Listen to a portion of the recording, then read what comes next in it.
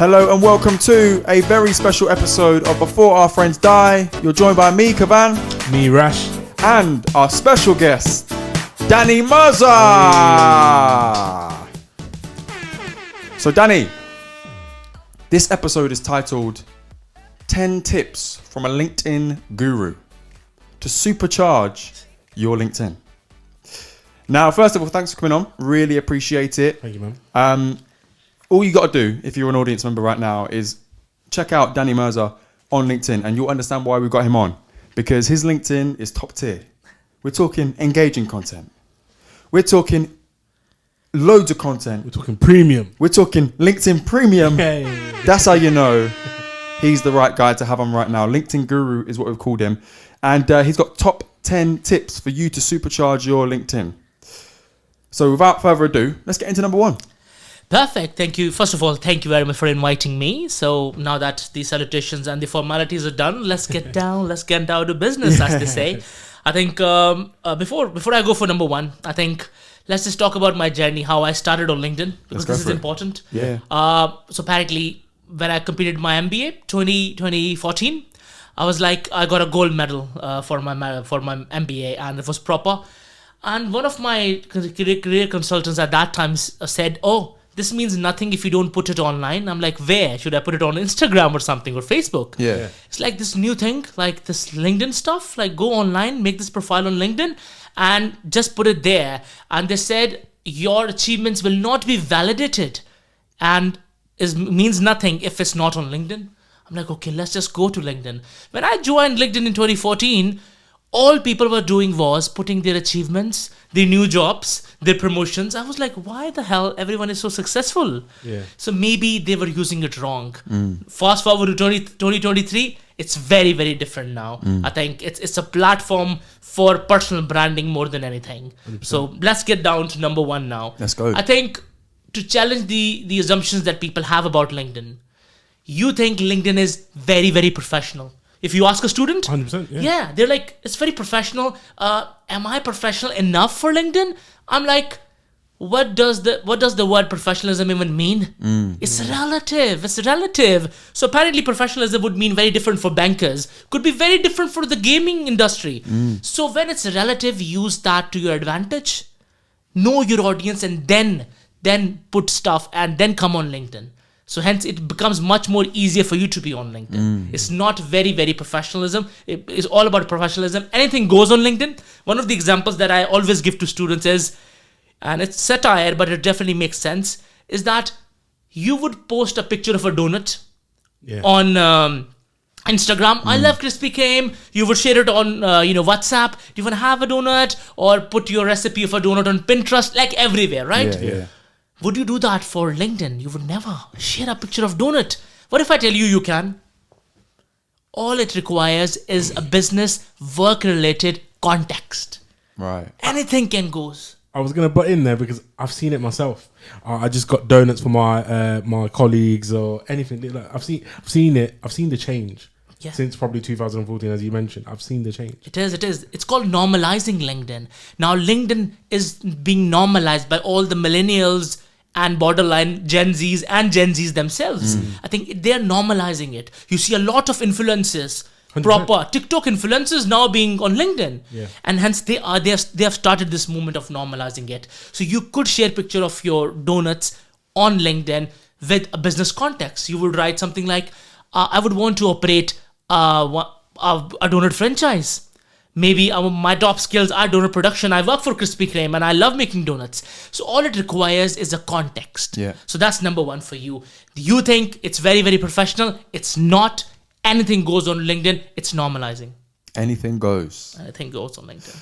Wicked. So number two. Number two. A lot of the students, when I talk to students in my university, they think LinkedIn is just a longer, extended version of their CV. Whereas it is, but it's much, much more. Okay. It's a platform for personal branding. That's what they're missing here. So apparently they think recruiters would go on LinkedIn just to see what's already on their CV. So what's the point? What's the point of having another CV? I used to think like that as well, to be honest. But I think with all the statuses, posts, you can put a person behind that. Exactly my point. Because nowadays it's such a saturated market. Every other person would have a bachelor's degree. It is a saturated market with the backlog of all the COVID people who could not find jobs. Yeah. It's like a huge backlog of graduates. 100%. One job would have like 100 people applying. Everyone would have a first in their degree, or even a 2-2 or 2-1. All of that is irrelevant now. So that's this platform, LinkedIn, is basically to show exactly the person behind the credentials. Who are you as a person? Stuff on your CV and your education and experience section on your LinkedIn tells me you are a great person for the job. Right. But are you a great person to work with? Yes. Are you a good colleague? What values do you bring in? Who are you as a person? Tell me your why. What's your why in your life? Don't tell me you got a first. I ask this question every single time when I go to students. What's your why? Why are you doing what you're doing? Why are you studying accounting and finance? And they're like, it would lead me to a good job. I'm like, that's very materialistic of you. But never say that to employers. Because it has great career prospects. I'm like, come on. You know what? That's the standard stuff I've used on my CV a while ago. But there you go. I know everyone does that. Yeah. But that doesn't make you stand out in the market. The problem is they are looking for the why of your life, the purpose. They know a lot of millennials and Gen Zs are purposepreneurs. This word, purposepreneurs. They live and breathe their purposes. So if you go into the market now and just say, I'm an accounting and finance graduate, no value in it. So please do not use LinkedIn as just an extended version of your CV. Tell us your why. Brand it. It's very interesting because I remember specifically sitting in graduation and I thought, wow, everyone in this room's got a degree. I thought I was special. And it was on graduation day when I realized, oh my God, I am one of many. I need to do something else. I need to do something else that is going to make me stand out. So I went to live in China for a year, but that's another episode for another day. But you need something because you're right. You need to know your why. Otherwise, you're one of many. You're one of many. You're disposable. Why do you work in EDI? Why do you work? You always need to have a story. And now what? I think the biggest advice I give to students is it's tough to come up with a why. A lot of students haven't given it a thought. Which is fine. They were thrust into this degree because of their parents or because of any societal pressures. They started a degree, right? They needed something to do something to study in a university. They did that. But in these 3 years while you're studying, you could come up with the why and then own the why. Because I do go and ask the students, okay, you're studying accounting and finance. Do you love numbers? Like, yeah. I'm like, do you enjoy calculations? I'm like, yeah. They're like, perfect. That's your why. So come up with a story that, since my early childhood, I was one of those people who love to number crunch. I'm a number cruncher. Yeah. I love data. I love analysis. Narrative. Build a story around what you love to do. And that's your why. So I always say, fake it till you make it. Like if you don't have a why, come to me or just go to any person who listens and tell them about your strengths. And you will realize maybe your strengths is the why you're looking for. So basically have a conversation with a guru, with a mentor, with anyone. I'm always more than happy to help anyone from wherever they are from, irrespective from this university or anywhere I work. I'm on LinkedIn. Message me on LinkedIn. Tell me your strengths and I'll make a why for you. That's wicked. Cool. There we go. There's an offer there on the podcast. Reach out to Danny and he'll tell you your why. Perfect. I was going to say, how do people project that? How do they project it on the LinkedIn? What does it look like? Is it statuses? Is it posts? Is it pictures? What are the things they need to do perfect. And that is exactly my number 3. Oh, okay. Perfect. Yes. Which is, where would you do that? How can I see your why on your profile? The top half of your profile needs to be top notch. That's step number 3. The picture and the background. The background, which is the cover photo, and the profile photo, your name and the headline. These 4 things is the top half. Just like newspapers, they're folded. Yeah. The reason they have those big headlines on the folded half is because they need to attract people to pick it up. Okay. So when somebody opens up your profile, will they pick your profile up and scroll down?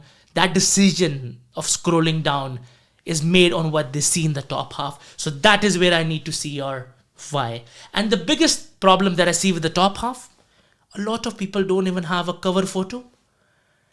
Cover I don't photos. think I've got one myself. I There you think. go. I Can don't. can you imagine cover photos? Yeah. That's the largest LinkedIn real estate on your profile. That's the largest place. And you leave it empty. People pay billions of pounds for those Times Square billboards. That's your personal marketing billboard. So, Danny, on the banner topic, on my Canva, I've got a draft, yeah? And it's the 3 pictures that we use for the 3 separate shows on the akhi&saltfish digital network. And it's like 3 shows, 2 hosts, 1 network is the vision, yeah? I'm not sure. Right now, it's not on there. I'm not sure whether it should go on there. Is that the sort of stuff that would go on there, do you think? Exactly. So I could give 3 strategies, very easy for our listeners and viewers. Go for it. Right. Because cover photos, they're like, what to put there? Yeah. I was just thinking now. Yeah. the best number 1 strategy is your expertise. So if you are studying accounting and finance, you just go to our lovely Google and Google Images and write accounting and finance wallpapers HD and see what comes up. Something around calculations, financial statements would come up. Put that as your cover photo. It's good for 2 reasons. Algorithms, artificial intelligence can absorb information from cover photos nowadays.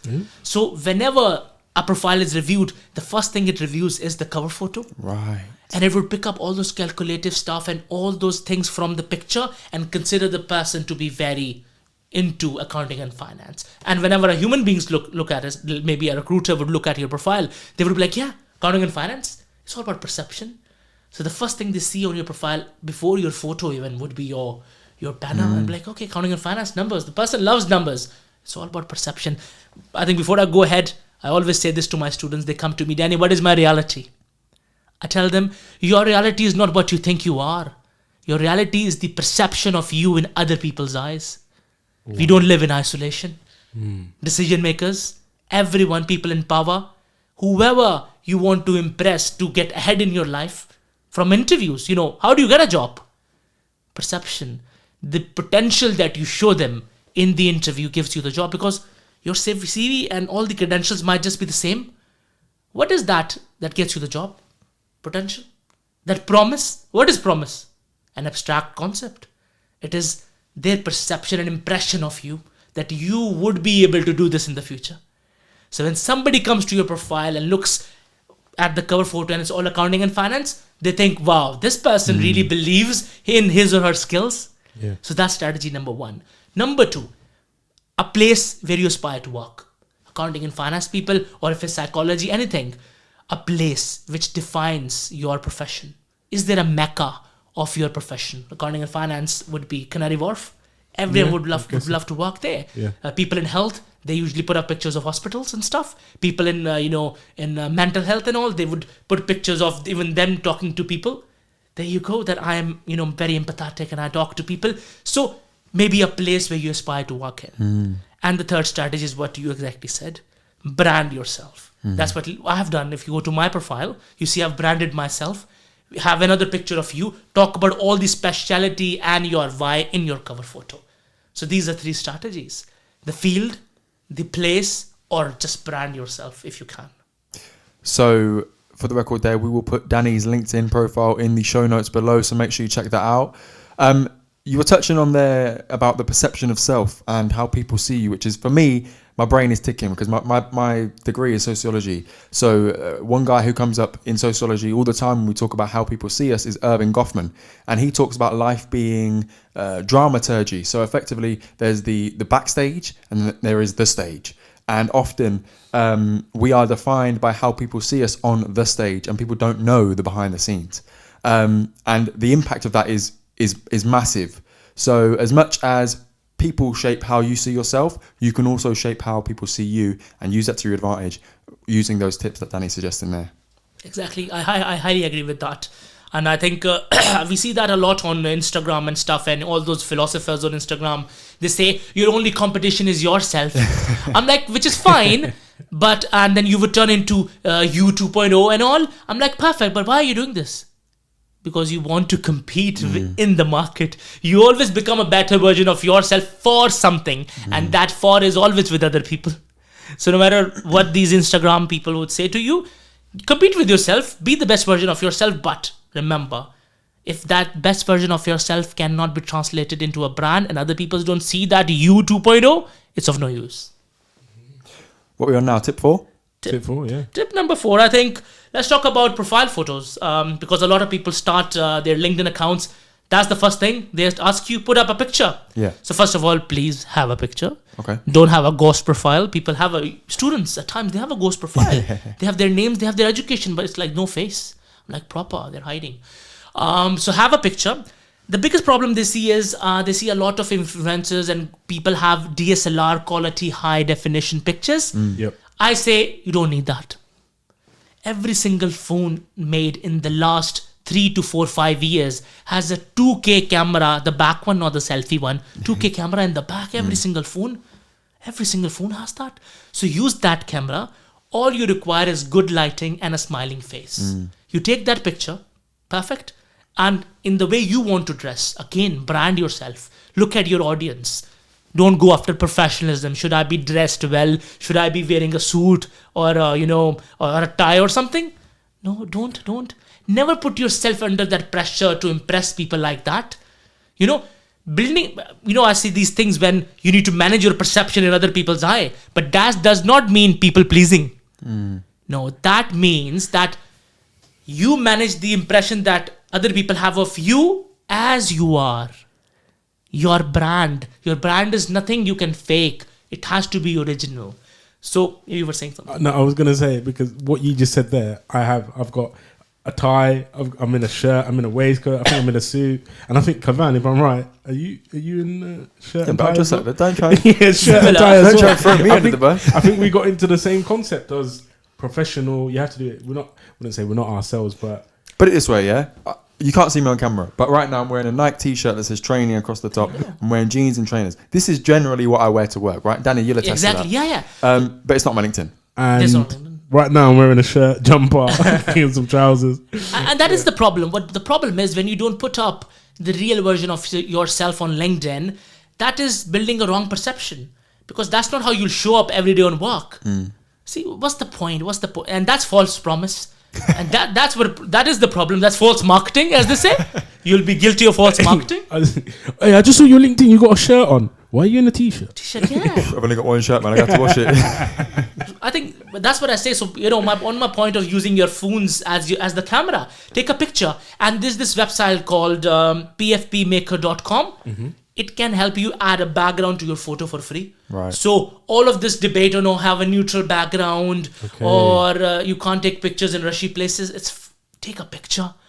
Smile, please smile. I'll give a reason as to why you need to smile, and you'll be surprised to know.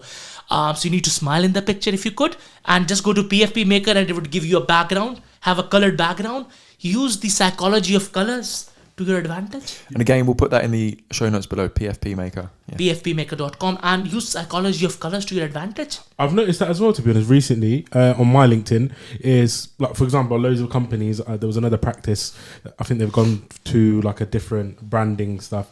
Now all their profile pictures, everyone who works there is like light blue, in your face, and everyone's matching.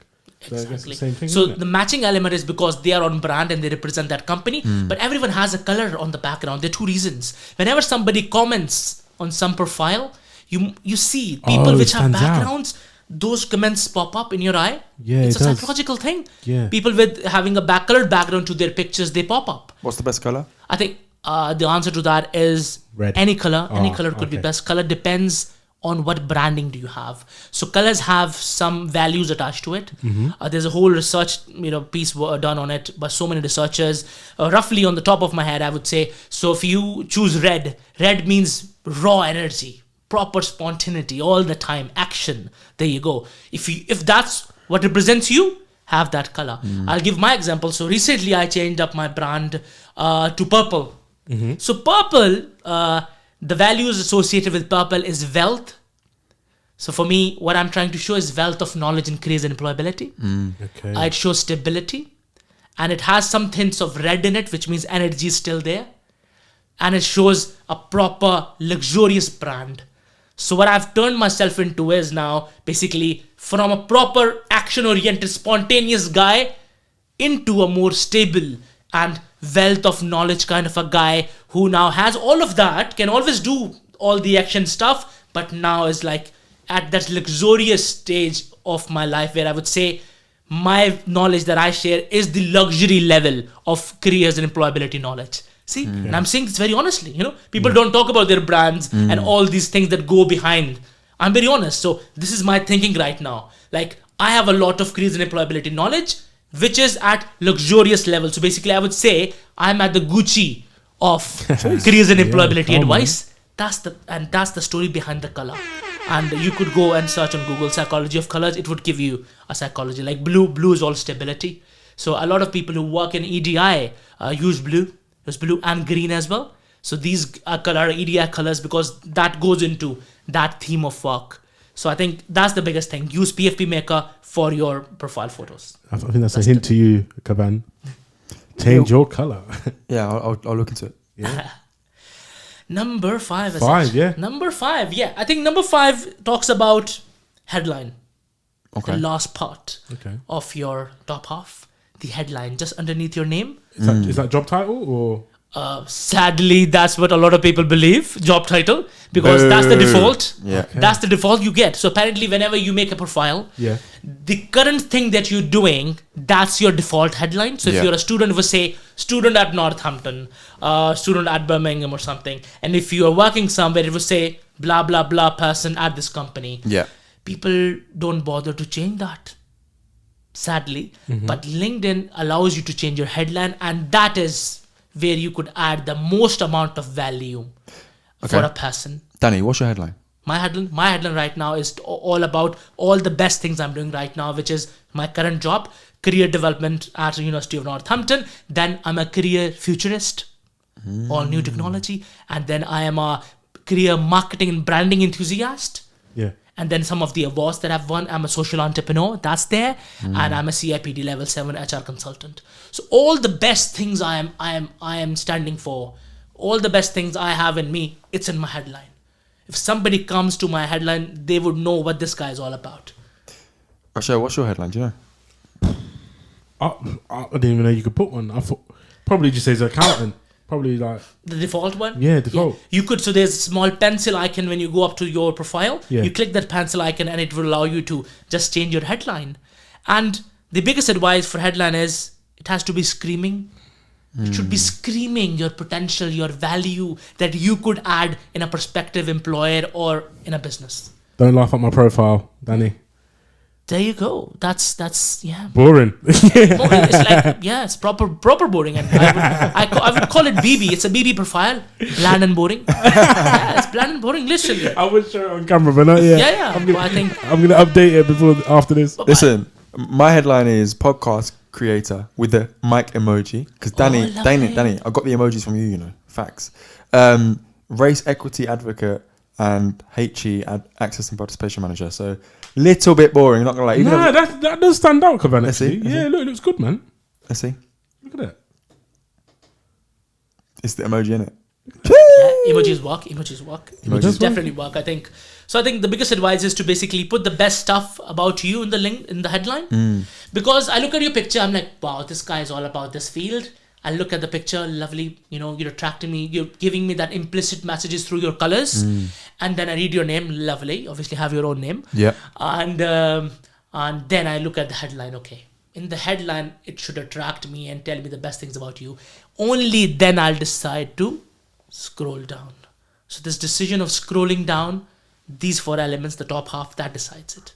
Is it important as well when you are writing your headline and your headline mostly to be ambitious and maybe exaggerate what you are because of what you want to be? So for instance, I think mine even says speaker.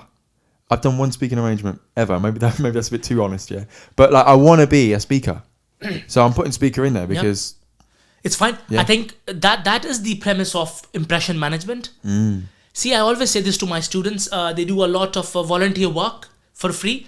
I'm like, the volunteer work that you're doing, somebody's getting paid to do that as well. Nobody needs to know that. The best part about me being not native to UK, I see this from an outsider perspective. UK is an experience-based economy. It's not evidential. Right. Whatever you tell them, they believe it. So the way you tell them matters.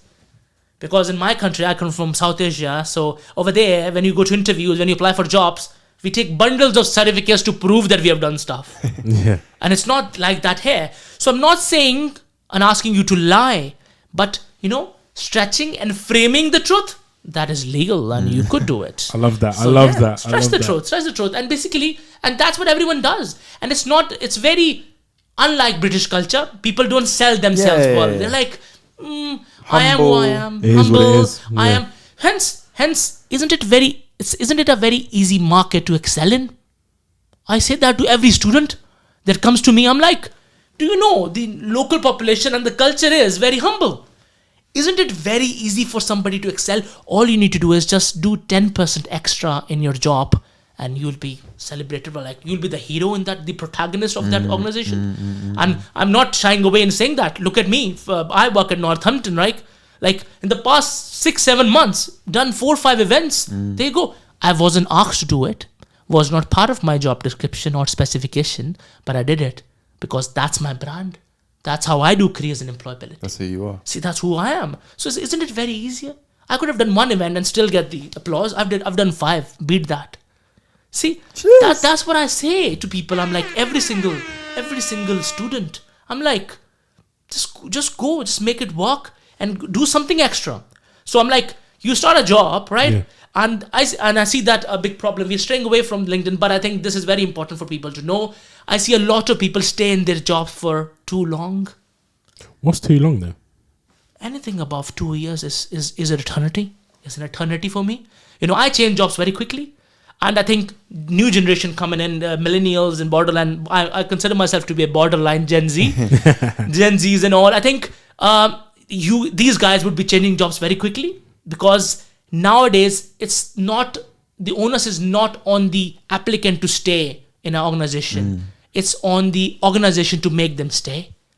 So if they don't find the purpose anymore, it's more than a good reason to move on into a new job. Yeah. So hence, change jobs very quickly, and the only way you can do that is when you do actual work, extra, special, additional initiative taking in a job. Add value. Add value to stuff other than the 9-to-5 job description you were given. Anything that you do other than the JD, that is the value.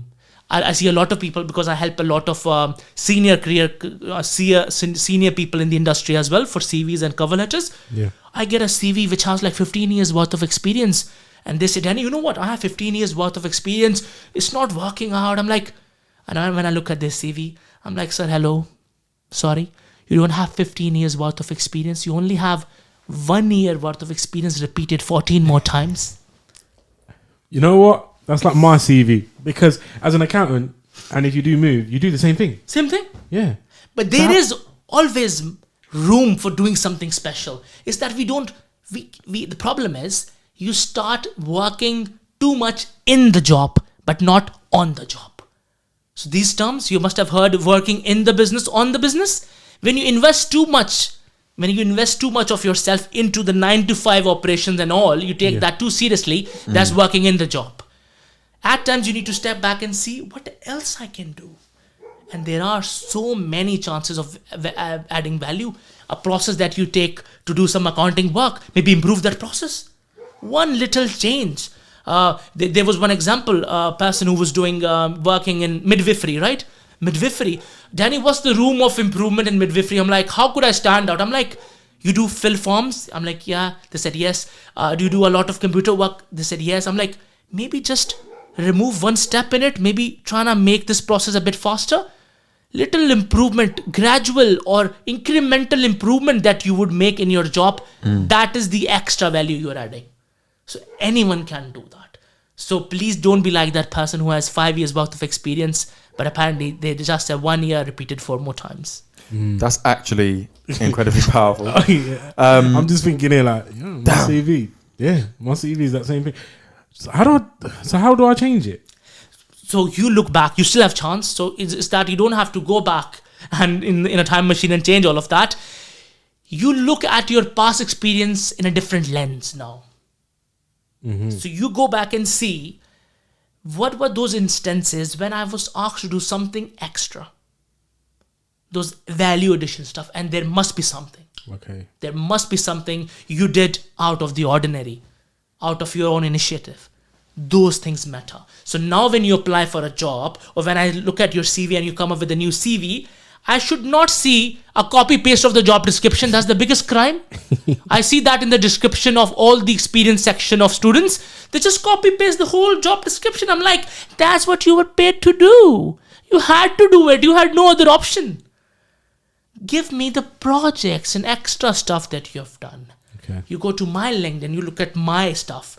I don't describe my job at the University of Northampton as a career consultancy, do one-to-ones. I say I'm career rocketing students into the realm of success. There you go. And then I talk about all the events, the extra stuff that I do. Yeah. That's value. One-to-ones and doing in-class workshops as a career consultant, that's what I'm paid to do. That's nothing special. That's nothing special. So I think go back and look at your job from a different lens. What extra stuff that you have done, I think you'll find the answer to it. Working in the job versus working on the job. That's On the going to job. be somewhere on my LinkedIn when I promote this episode, just so you all know. Danny, Number six. Number six. Lucky number six. Number six is basically the argument, and a lot of people come to me and say, Danny, we have a great profile. So apparently they have made a great profile. Okay, lovely. Kudos to them. What to post? Right. They come to me, Danny, I have nothing to post. I'm not good enough to post. My life, sucks. I have nothing special in my life. Yeah. I'm like, okay, first of all, that's a lie. Second, you're lazy. That's what sucks.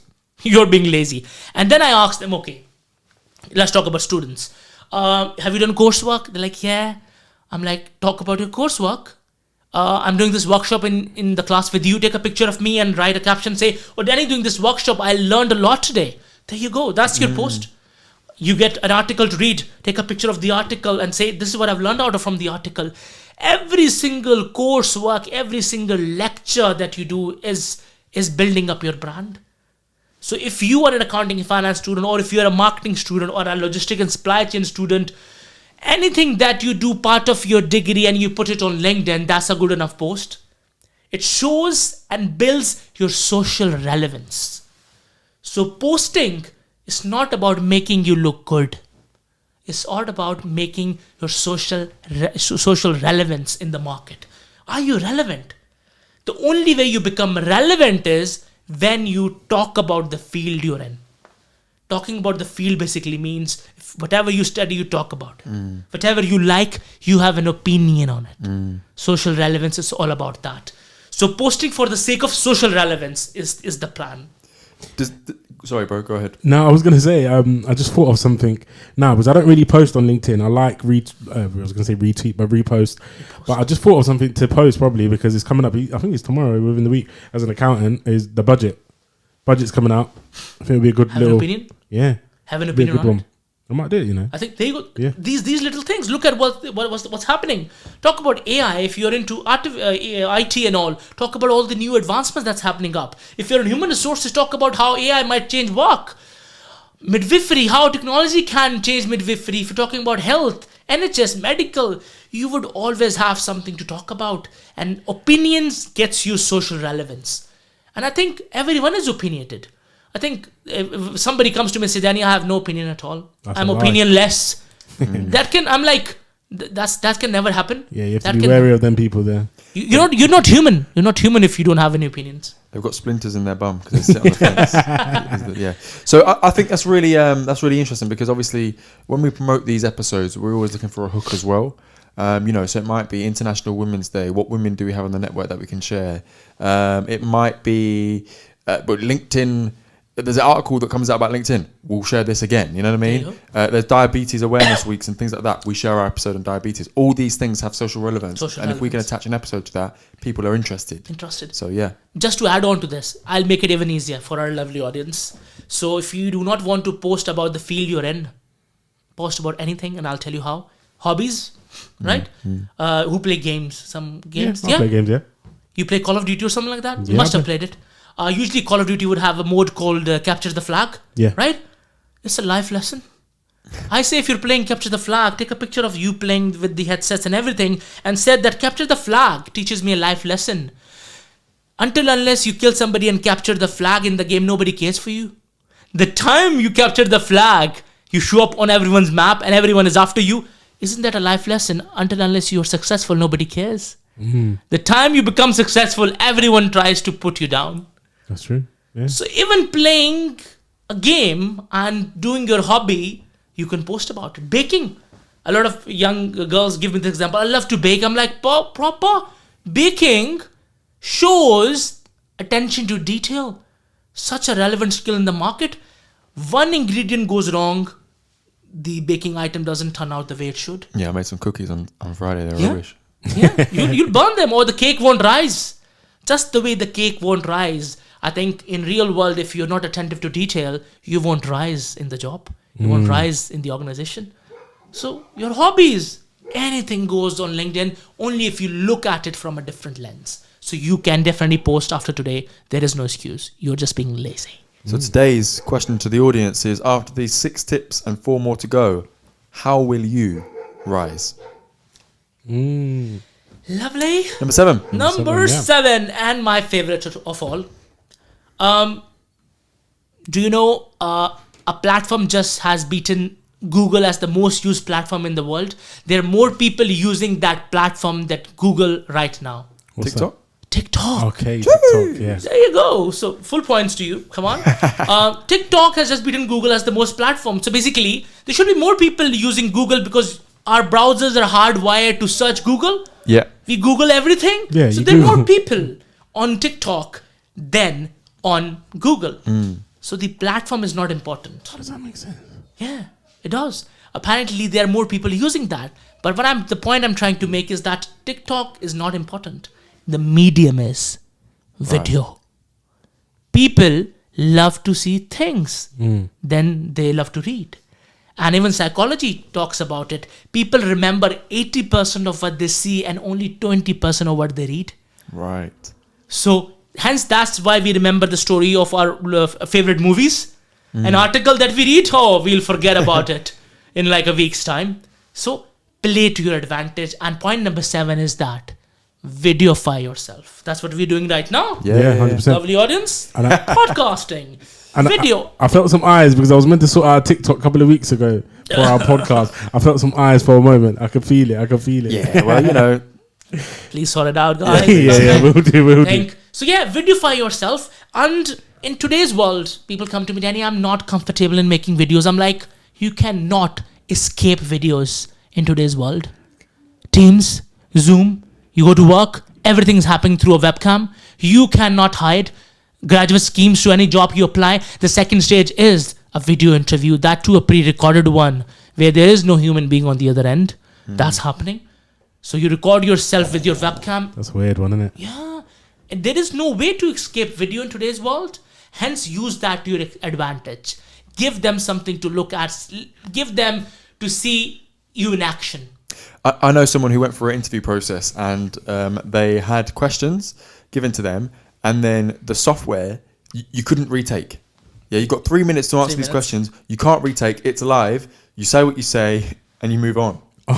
There you go. There's no, I messed up. No, No. Go now. It's like Mission Impossible. This question will self-destruct in 2 minutes. Yeah. And you have to do it. And it is. And that's every graduate job right now in the market. The second stage after psychometric testing, if you pass that, is this video interview, which is AI monitored. And nobody even looks at it. So apparently AI will review it. Wow. And Crazy times. trust me, and if you are not being you, and that's the biggest advice about videofying yourself. People think, Danny, I'm not a video person. I don't have a video personality. That's where you have that personality, Danny. You are that comic guy and, full of character. I'm like, that is me. I'm not faking it up. So the biggest misconception people think is you need to have a video personality. They come to me, Danny, is my video good or bad? I'm like, oh my God, video is not good or bad. It's original. It's who you are. Yeah. So there is no way to act in a video. The quality of the video or whatever, nobody cares for. What they care for is your originality. If you're being you and showing your personality, whoever you are, No matter if you're an introvert or an extrovert, or if you're a data scientist who doesn't even pick up their head while talking, it's fine. That's who you are. That's your brand. And don't you want to get hired in a job and get employed for who you are? So if you videofy yourself, and the future is video cover letters, video CVs. I'd love that. Yeah, I do that for all of my jobs. I recently applied for a lot of jobs in January last year. 12 jobs, and I made 12 bespoke, customized videos. Customized video for every damn job. I never knew that was a thing. Video CV. I applied for a job not so recently. Is it the... Just in case anyone's listening. And part of the process was you can either submit a cover letter, which boring, or you can submit a video answering 3 questions as to why you should have the job and so on and so forth. I did the video. There you go.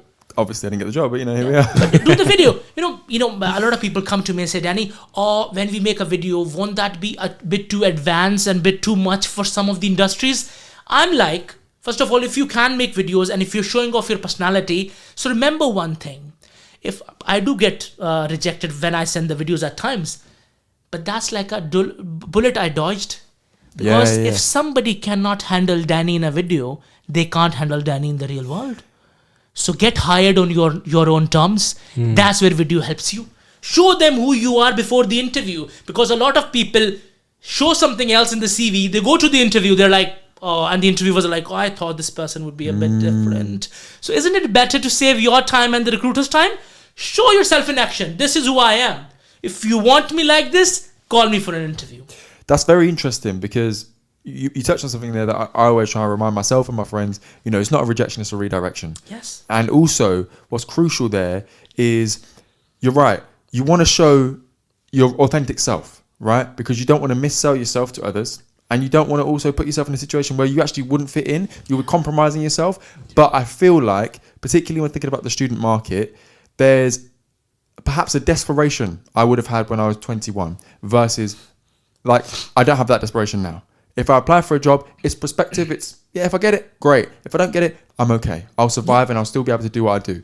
But there is a definite distinction to be made between those who are 21 and need a job here and now. That's so true, I will fake it. And if you tell me you need me to jump, I don't like jumping, but I'll jump because I need the money. I need the money.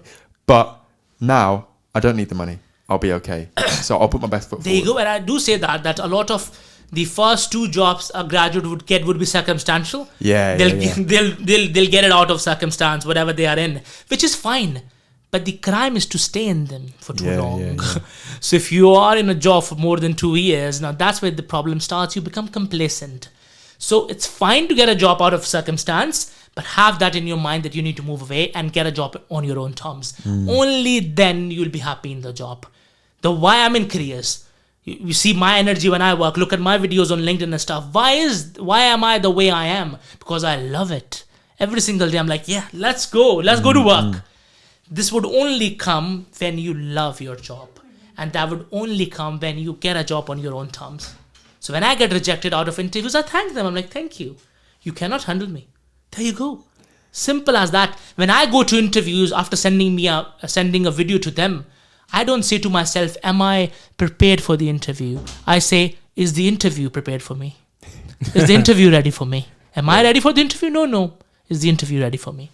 That's the thing people need to worry now. Danny's like The Apprentice, and Alan Sugar's like, you're fired. And he's like, no, you're fired. How can you find me? I left. Love it. Number 8, is it? Yeah, number 8. I think let's get down to talking about algorithms. Yes, please. Yes. Yeah, algorithms is basically when you post stuff and use that to your advantage. Basically, algorithm is the artificial intelligence that runs and rates post and whatever you make. How much reach would you have? Will you go viral? In simple words, will you go viral? And those are algorithms. Algorithms decides that. So every year, LinkedIn, in a very hidden way, releases a report called the Algorithm Report. A lot of great influencers on LinkedIn do a summary report on it. That's something I read as well. I read the real report as well, which talks about whatever has happened in terms of algorithms, how they have changed it. Yeah. So it's a big report, but I'll try to read some of the things that our audiences can really take benefits of. So basically, a lot of you might not know that when to post when to post. So I think what the algorithms tell us in the last year, what has happened is Saturday mornings from 9 to 11, and then Wednesday mornings 9 to 11, and then evenings on Monday. They have been the best times for the majority of people to get maximum reach. When I say majority, apparently some of my posts I have posted on other times have been successful as well. So these are two ways to do it. Either you go by the mainstream knowledge, which is algorithms, or you go back in the analytics. LinkedIn allows you to check your analytics of every single post. You go and see which one of your posts is the most successful. What was the time? Maybe your niche wakes up at that time. That's the time when they look at your post, or look at some other reasons as to why that post was successful. Look at the tags. So talking about tags, hashtags, I've seen people write 11, 12, 20 tags, hashtagging like it's like death by hashtags. Like there's less content and more hashtags in the profile, in the post. The biggest problem with that is algorithms hates it. Really? Because it's it. When you use anything above 5, it thinks you're spamming. Oh. So it does not allocate your post to any of those hashtags. And does not give you reach within those hashtags. What is the reason for hashtags? Because people follow hashtags. Yeah. So when you use a certain hashtag, people who follow that hashtag, your post will show to them. When you put anything above 5, the reach is only 1% to each of those hashtags. I just want to let the audience know Cavani's stressed after hearing that. So try not just use. Hey, at least you know now. At least you know. And now. that's Take what we're away. here. That's what we're Take here. that We're away. here to Take that learn. away. We're here to learn. Yeah, every day is a school day. I never knew There you that. go. I never did. But nowadays you see a lot of more hashtags on LinkedIn than Twitter nowadays. There you go. It's There you true. go. So, It's true. Danny, one thing I want to pick up on, because often I'll tag Rochelle in a post about the podcast, and he might respond, he might not. He doesn't comment though. He rarely comments. I like Is that repost. a problem? It's a very big problem. Tag wisely. Tag wisely. Tag wisely. Please tag wisely, because if you tag people for the sake of just tagging, if they don't open up your post is dead. If they open it up, they look at it and don't comment, your reach is half. Oh my god. Half the reach if your people who you've tagged don't comment or even don't like. So please tag wisely. That's the biggest thing. Tag the people and just send them a message. Please comment. So Rochelle, any reflections, any thoughts? No, I've commented. I'll probably do more now next time. Innit? But yeah, I think make sure people. Do you know what it was? I didn't comment on it because he put too much hashtags, so I just clocked. Okay. So he doesn't like Yeah. he don't like those kind of posts where you put a lot of things. Sorry, I think let's talk about some other algorithms. So you see a lot of influencers put up selfies. Yeah. Yeah. A lot of not senior people. I was about to say old, but senior people on this is a safe space. So apparently a lot of senior people don't like it. Like, yeah, come on, don't turn LinkedIn into another Instagram or something. But that's what algorithms love. I don't like selfies, you know. Selfies have 3 times more reach than any other post type on LinkedIn. Let's get a selfie after this then, yeah? Yeah, let's do that. Yeah. So any selfie or any video which has you in it. So videos of where you are the main focus and selfies where you are in it, that has 3 times more reach than any other performer. Wow. And then if you look at written post, like just text post, they are the last in terms of reach. Damn. But isn't it about context, or does it matter? No, it doesn't matter. It's just that they would get the written post would get reach. What I'm saying is that comparison to other things, it would have less reach. Okay. So, for example, if somebody makes a good influencer, has a good following, makes a text post, it would have like 100 likes. Whereas if that person puts up a selfie, that would have 500 likes. So even 100 like is something. The post is not dead. Written post has its value, but I think always it has some sort of media with it. Yeah. Videos is amazing. I do that a lot. So videos really help you get amazing reach. And so just make sure you take care of these algorithm stuff. And one of the last things I would say, don't write essays on LinkedIn. I've seen really long posts. the ideal number is 1200 to 600 characters, not words. I thought you were going to say words though. Well, but so that's an that's essay. long. Yeah. That's like an essay which needs to be graded. But I think 1200 to 600 characters, that is around, I think, 300 to 400 words maybe, or something, or less than that. I think this is what would give you maximum reach. I'm guilty of using more, and I have seen the repercussions. Some of the posts one of my posts which is very long, amazing post with a video, has less reach. Is there a minimum? Minimum is anything around 400 to 500 characters. Okay, so any less than that is problematic as well. It's problematic. There's no context. AI doesn't like it. Okay. It's a spam. It's something with no context. crazy. But what's the word? You came, you dropped, you went away. Yeah. You dropped a bomb, you went away. There you go. Speak about that a little bit more, because when we spoke about this off air, you mentioned about how if you literally post and go, Oh yeah. LinkedIn's going to say, no. That's not good. You got to post, engage with some other people, interact, comment, like, get involved. So LinkedIn knows you're an active user, not just a user. Exactly. And that was the last thing I was about to talk in algorithms, which is engage with 3 posts prior to posting and 3 posts after posting. Within the 15-minute range. So 15 minutes before you post, 3 posts, engage with other people's posts. Engaging means commenting, liking stuff. And then after you post 15 minutes, within the 15-minute range, comment and like other people's post. It shows that you didn't just come and drop your thing and went away. So that's the biggest thing you should know. And one of the last things I would say, like, do you have a thing to add on to that? No. I'm just sitting here like, I'd never knew that. It's crazy. See these isn't it? things. And so if you see me commenting on people's posts, I'm about to post something. I'm about to drop something. I don't really like your stuff. Yeah. I'm I just really here. love this post. No, I don't. I'm doing it for reach. But I think it's love fine. it. It's fine. Let's be honest about these things. Everyone loves reach and exposure. I think one of the last things I would say in algorithms is basically 2 things. Don't post links in your thingies. Don't post links of external websites. I'm finished. Yeah. You're just stressing Gavan out even more. In the text, don't post it in the text. Okay. If you post a video or a picture through your phone, your phone LinkedIn app gives you an option to attach a link to the media. Okay. So when you post a video, there's usually an option to attach a URL which shows up on the video and it's clickable. It's like a hyperlink Instead of actual linked. in the text. body of the text. Okay. Don't do that. It kills reach. And and don't be the first person to post or comment on your post. Oh my God. Please, it'll be like, I've forgotten to tag a few important people. Let's just tag them in the comments. Please don't do that. Kills the reach. Is it because I did that yesterday. the AI thinks you're just spamming you're people? spamming your own post Yeah. and just to get more reach, and it doesn't like that. It You doesn't know what? I prefer when humans were involved in all of this. Yeah, AI is obviously against the akhi&saltfish digital network. Yeah. But now we know. Now we know, and we will improve our practice, because this Yep. is not about learning what you're doing wrong and being down in the dumps. This is learning about what you could be doing better and getting better. With Danny Mirza, let's go. Change is the only constant, and Cheers. you could have no excuse to improve. I think we live in a VUCA environment, and I'll go down to number 9. Number 9 is what we talked about earlier, which is use of emojis. Yeah. A big point of discussion with me and a lot of academics, everyone around. I work in higher education.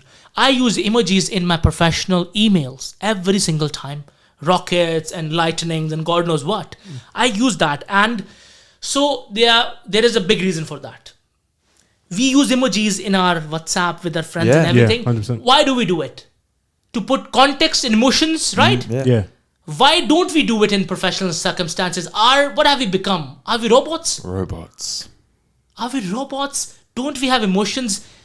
Do we not have to bring emotions to our work? Do we have to leave our emotional self at home? This talk about emotional intelligence at workplace, what is that? And we're afraid to use emojis, whereas we do that with our friends. Even at our workplace, we'll use it on WhatsApp, but won't use it in our professional communications and comms and correspondence. Do that. It adds value. It shows emotions. So if you do it right, it brings a smile on the next person. A lot of people who wouldn't like it are the people who can't do it themselves. And I've seen a lot of people, and half the time, we are too concerned about pleasing people with what they want.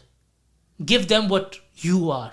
Give them who you are. So emojis, use them in professional communication. Use them on LinkedIn, on your post, everything. One reason is humans would enjoy this. Gives them some emotion, something to look at. Plus AI loves it. So AI knows the context of every emoji. So the reason I use Rocket is basically AI would consider me to be a person very energetic and very spontaneous. So emojis have some implicit messages attached to it for AI to read as well. And I think this is something LinkedIn is already working on. The next LinkedIn algorithm report would have a section on emojis as well, because a lot of people have started using it very vigorously now. So emojis would have things, have reach attached to it. Using less emojis will give you less reach because it doesn't add any context, doesn't make your post any better. It's a very dull post without emojis. So try and use emojis. I use them in all my higher education, academics, everywhere. Higher education, is considered to be a very Proper. old school. Yeah. I would say I won't be shy in saying old school. It's a very old school profession if you look at it. Higher education, very laid back and all. But I still use it. I still use emojis here. There you go. If somebody stops me, how would they stop it? They would give me this argument of, it's not professional. And you know what my reply would be? Yeah. What define professionalism, please? Do you have a definition? Please quote somebody, and there will be a billion definitions of professionalism. And the best outcome would be it's relative. I am who I am, and this is what you hired me for. Hence, my applications, my CVs, everything has emojis. Because give them who you are, then you get hired on your terms, and I think that would legitimize your use of emojis. Get hired on your terms. Yes, get hired on your terms, and emojis add a lot of emotions. And yeah. Right, so before we get to number 10, Rachel, any reflections? I'm surprised. I just didn't know any of all of that. Like, I'm really surprised with all these tips that you've given us, and some of the stuff. I didn't know how crazy AI is nowadays. It is proper. It looks at everything. It is. It looks at everything, and everything is AI based in today's world. Look at ChatGPT. ChatGPT 4 has just been launched while we are talking right now. Just now, and 30 minutes ago, ChatGPT 4 has been launched. If you do not know what ChatGPT 3 is, basically, it's an AI platform where you could have a dialogue with AI. ChatGPT 4 has been launched, and it's a billion times better than ChatGPT 3. Wow. It's crazy now. So definitely, I think AI is the future. It would be involved in every single job that we do. I think there's no way running away from it. It's better to know more about it. Lean into it, yeah. Lean into it and use that to your advantage. I think AI is always as good as the prompt we give AI. So I think one advice that I would give, which is irrelevant to LinkedIn, is the future, the person who would be the most powerful person in the future, most influential person, would be the person who would control the narrative through prompts. Of AI, because AI is built by someone. Yes, yeah. So the prompt people who could make the best kind of prompts, because AI will do what you will ask it to do, and would only do it better if you have a better prompt. So I think even right now while we're speaking, there are people who are running this business who are selling prompts. So what to put, how to phrase a question to AI, it's a skill now. Right. I think this would be a skill embedded in every job in 10 years' time. I think if you work as a careers consultant, you work in a bank, there'll be AI systems there. So I think you would need to put questions to AI to do something. It will help you do your job faster, but it can only do when you know how to ask. Yeah. So the most influential employees and people and students would be the people who would know the right kind of prompts and questions to ask to AI. So you've heard it here first. We might have to get you as like a technology consultant, man, because damn. Yeah, you know everything on this. Grow him. Right, number 10. Number 10, commandment number 10. Let's go. I think, which is one of my favorite ones, is to basically, you're on LinkedIn, have a great profile, you're posting, what else? And the term is LinkedIn espionage. Follow the people, see what other people are posting, use that to your advantage. Be a bond on LinkedIn, and I'll share my examples. The best part about LinkedIn is employees, people working for companies, they overshare. They share their successes. They share their current stuff, which is something you won't find on the websites of the company. Right. When you're making your applications, when you're preparing for your interviews, follow the people for those organizations. The best use of the LinkedIn network is LinkedIn espionage, where you go and see what people are liking. Go to their activity tab. Not just what they post. What are they liking? I'll give you an example. When I go to interviews, I try to follow and connect with everyone in that organization. Yep, facts. For example, I apply for a career development role, career consultant role. I would follow all the career consultants, the heads, the associate, everyone, and see what they're sharing. So first of all the current stuff they'll be sharing. When I go to, for example, the university's website, it won't be updated there. Things on the websites are updated annually, if you look at it, or maybe biannually at max. So that's obsolete information. And you cannot use that to prepare yourself for anything. That's obsolete. Everyone can do that. You follow people, and I did that. And whenever I go to interviews, I already know what are the names of the workshops, events that these people are doing there. I phrase my interview along those lines. I'm like, oh, I've seen you guys do this workshop. I think it could be better. They're like, how do you know about it? I'm like, yeah, that career consultant talked about it in that post.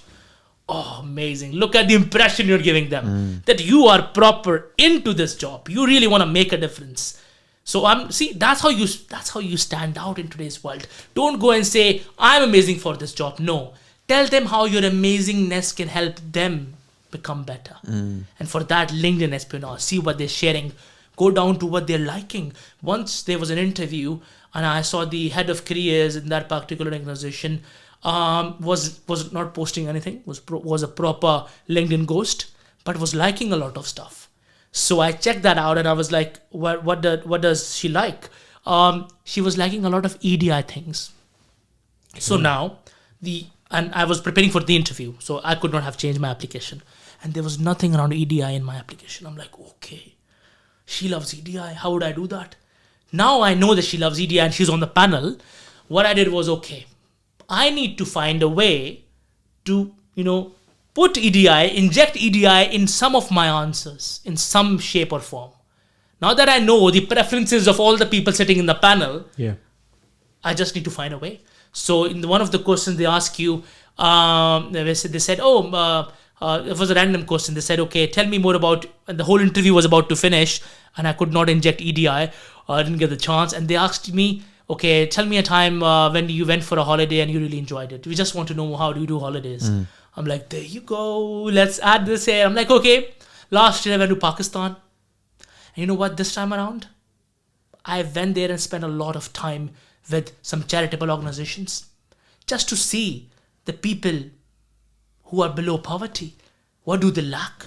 All of those things. And then I will feel contented in where I stand and how I can contribute in those people's life and make it a more inclusive place for them to live. I did some charity with them, some charity work when they provided some food parcels to those poor people. So just to help them feel more inclusive to the environment. Hence, I think my trip was for fun, but it took an EDI turn. Yeah. And I saw the eyebrows of that head went up and like, whoa, wow. You got the job. Yeah, and I did. There you go. That was my second last job before this one. And there you go. So one eyebrow raise, you get the job. One eyebrow raise. You see that enlightenment in their eyes. Their eyes lit up when you talk about the stuff they care. And LinkedIn espionage is the way to do this. People share, like stuff all the time. Use that to your advantage. I never thought of that. Have you ever done that? Yeah. I've looked on people's profiles, but I never looked deep into it. Yeah, I've not gone into the level of detail in terms of posts what they've and liked. stuff like that. Yeah. Because sometimes in an interview, when it becomes a bit natural and you're just talking like normal stuff, you can throw in a bit of, like for example, football or anything like that. Get related to them a little bit. Yeah. See what clubs they like. What things do they like. I think use that to your advantage. I'm not saying like fake it up completely. Yeah. But you having that awareness of what they like can important. really guide your discussion and would make you control the interview. So LinkedIn espionage will help you control the interview because you would know who are the people sitting in front of you, what they like. Right, so let's do a recap. 1 to 10. What are the top 10 LinkedIn tips? Lovely. So number one, I think whatever the understanding that you have about LinkedIn needs to change. Anything goes on LinkedIn. It's not very professional.